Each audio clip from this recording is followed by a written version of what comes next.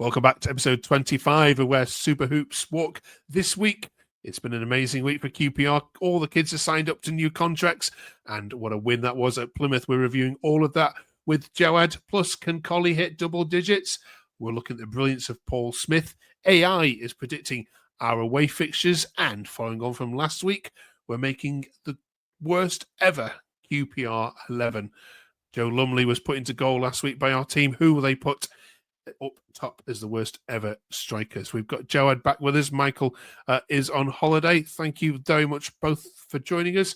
Do drop a comment below if you haven't yet done so as to who you think QPR's worst ever striker was. We'll get to that in a minute. But Jawad, what a bumper week it's been for QPR. First came signing after signing of all the amazing youngsters we've spoke about. Club are going places, aren't they?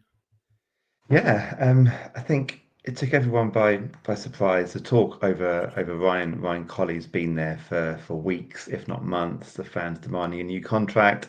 Nobody really knew what was going to happen with it. And they saved that one until last. I think Kieran Morgan was the first one to sign, and I think he's been the big sort of plus of the season, if you like. I think if it hadn't been for the injuries, he wouldn't have got a first team chance. So that was great news. And then Alfie Lloyd followed up with a new contract.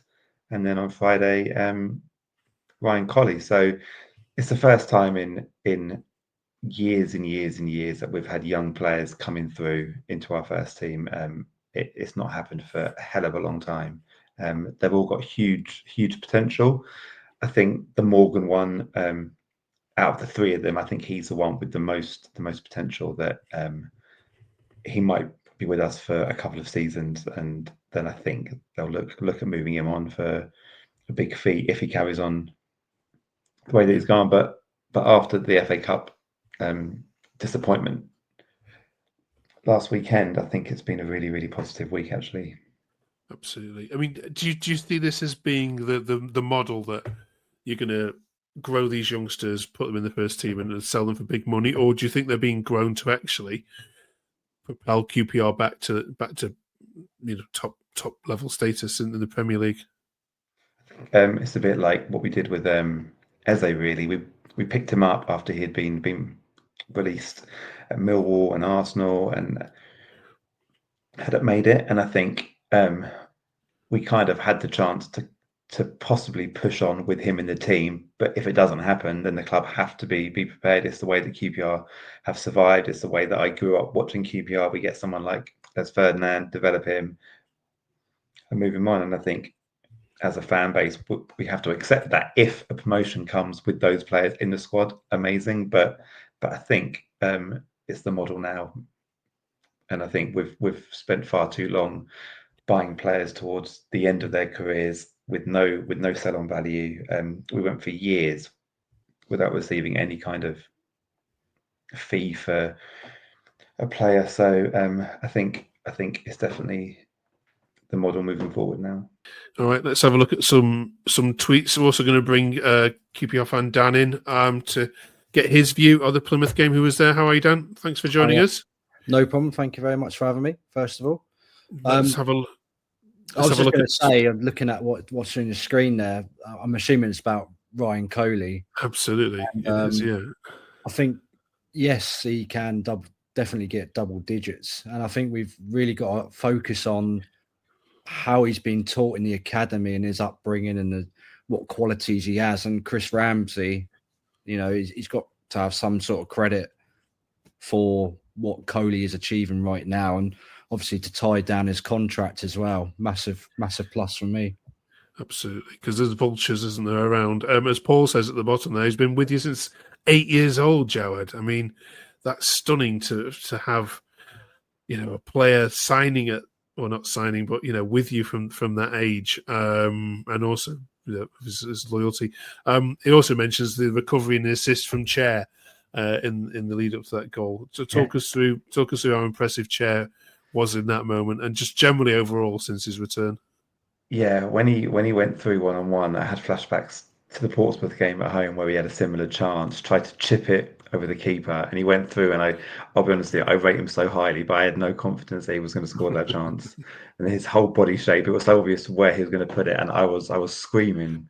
But he recovered it well. It was a great pass, and I think it's actually a really underrated finish as well. It was a really good first touch, controlled it instantly, considering he'd only been on the pitch 3 or 4 minutes, I think. He took it really, really well. And I think when you've got a young player coming through, I think fans will give him more patience, more time, more support. I think with some of the younger fans, there's probably a really high expectation on him, but I think the more experienced heads will give him that time. I don't think he'll start every single game. I think there's been times where he's been bullied in games. Norwich away was a prime example where their centre backs absolutely bullied him. But I think he's got the best manager to bring him on. And like Dan said, I think we've been starved of youth products, and it's really good to see one that's come through that has got the full backing of the fans, everyone at the club. And his ceiling is really, really high, I think. Not just one either. We got 3 at the moment.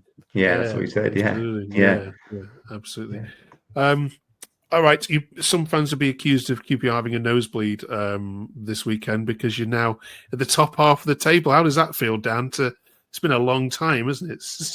Lofty heights of 12. Yeah. Well, if you look at October, what were we? We were second to bottom, went winless. Then we went into November, we were bottom, and now look where we are, mid-table. Something's changed massively in the club.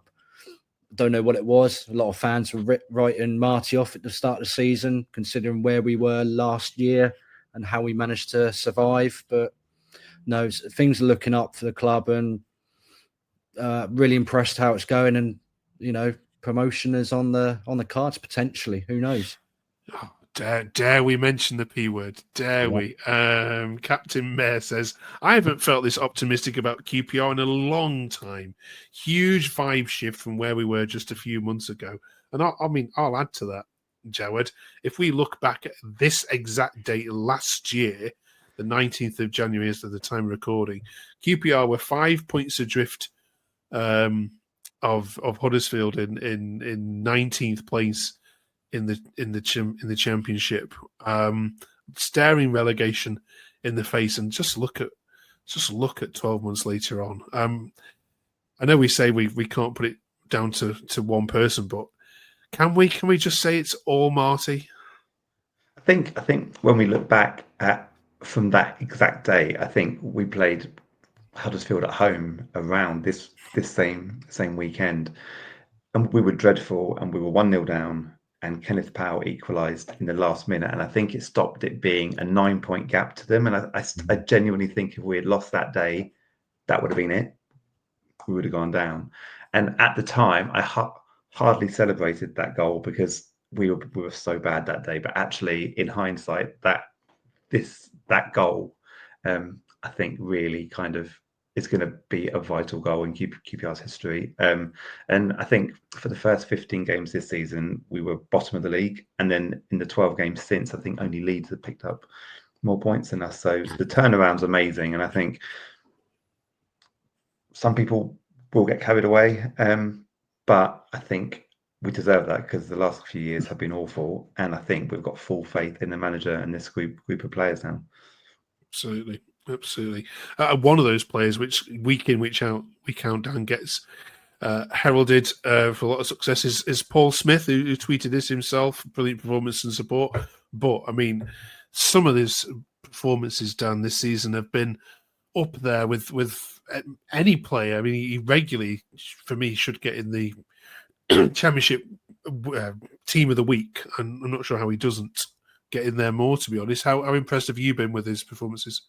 Very impressed. I think he's I think a lot of people give him a lot of stick on social media for whatever reason, whether it's his passing, whether he can't finish, but it's how he manages the game on that wing, constantly running up and down, putting the ball in the box, setting up chances. I think he's so underrated personally. That's just my own personal view, but I have seen a lot of stick, sadly. Yeah, Jawad, what's your take on why is he having a better season? He's one that when we first had him, we should never have got rid of him in the first place. I think it's one of those players where everyone thinks you can go out and sign someone better than him, but actually he's the type of player that QPR need. He's clearly developed the key parts of his game, his final ball, his finishing's improving. But I think it's players like him and Jimmy Dunn, when the form was bad, they kept going, they kept plugging away, their heads didn't drop. And I think it's his attitude, Jimmy Dunn's attitude, that really helped pull us out of the sort of the mess we were in. Okay. All right, then. Thank you very much, both of you, for that. Let us know in the comments below what you put this down to this drastic turnaround. Last week we asked AI to predict the home games for QPR on this channel. This week we've run the away fixtures through the bot and seen what it's churned out. If you have a look at this, I mean, first of all, your away fixtures don't look that until bad.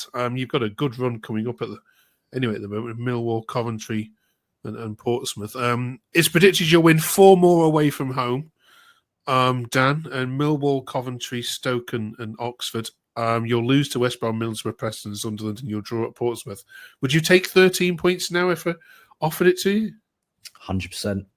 I think, to be fair, I think them result, what you've shown now on the screen, I think that's probably realistic, if I'm honest, personally. West Brom, we're kind of hit and miss with them. Middlesbrough, definitely not. But definitely Millwall, definitely 100% a win there. You are missing Hull, though, Tuesday night. Yes, it didn't. I think we took that off there, didn't we? For some reason. Yeah, Jawad, would you take 13? Before yesterday, I would have done, but I thought yesterday's performance was really, really controlled, and it's the kind of game that we usually slip up in. And looking at the fixtures, we've got a lot of those games left. I think the one that I'm probably worried about at the moment is Portsmouth away. They seem to have picked up form. I think Isaac Hayden is probably going to be the key to keeping them up, like he did for us last season. But I think we can go into every game now with nothing to fear. I think we've got players back. In 2 or 3 weeks' time, we could have an embarrassment of riches at centre back. So I think a couple more wins, and then we can really sort of relax a bit and kind of look forward to that final kind of 10 or 15 matches. Brilliant. We haven't mentioned the goalkeeper either in all of this as well. We should mention one of the best goalkeepers, of course, in the league. Right. And finally this week then we were putting together our worst ever QPR side because January is so rubbish. Last week, Jawad and Michael put Joe Lumley as the worst ever QPR goalkeeper they've ever seen. Dan, we're asking you in a second for the worst ever QPR striker, which we can put up at the top if you can get your head thinking on that. While we go to Jawad first, have you got any suggestions here, Jawad? I think Michael did email me some. I'll just flip through my emails while you're talking that. Michael sent me a message as well, and his 2 names are Will Keane. That's it, Will Keane, yeah. Madibo Maiga, who we signed from West Ham on loan. I think he scored on his debut at home to Burnley in a 3-3 draw from about 1 yard out, and I was like, "Yep, he's going to get us up." And then he was dreadful.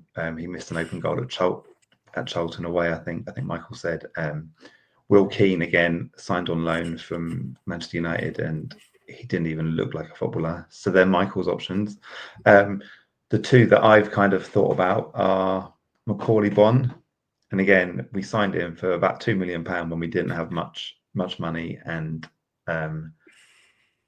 he was awful. I mean, everything you would want in a forward player, he didn't have those attributes. So he'd be one, and the other one for me is Tyler Roberts, who we signed on loan from Leeds a couple of years ago, with a view to sign him for £4 million. Which would have been the worst £4 million any football club has ever spent. And he scored 2 goals at Reading away in January it was, and I thought, he's going to kick on now. And I don't think he played another game between then and the end of the season. He was always injured or getting tattoos.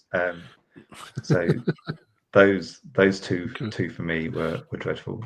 Okay, Dan, that may have exhausted the ones you were going to come up with, but you can, of those, who was the worst for you that you've heard mentioned, or one of your own? One of my own. I'm going Sinclair Armstrong, I'm afraid. Oh, okay. He only had pace, and that was it. Maybe strength, I guess, but definitely Will Keane, 100%, and Macaulay Bonne. Yeah, how we paid $2 million plus for him, I'll never know. Okay. Actually, yeah, Bristol City fans were talking earlier. They're not very happy with Armstrong at the moment. They think they've been done. Which the club's done well out of it. Yeah. That's what I'll say. And when you compare his attributes to what we're seeing in Ryan Colley, one of them's a footballer, one of them's an athlete, and I think the club maybe did some really, really good business in the summer. Okay.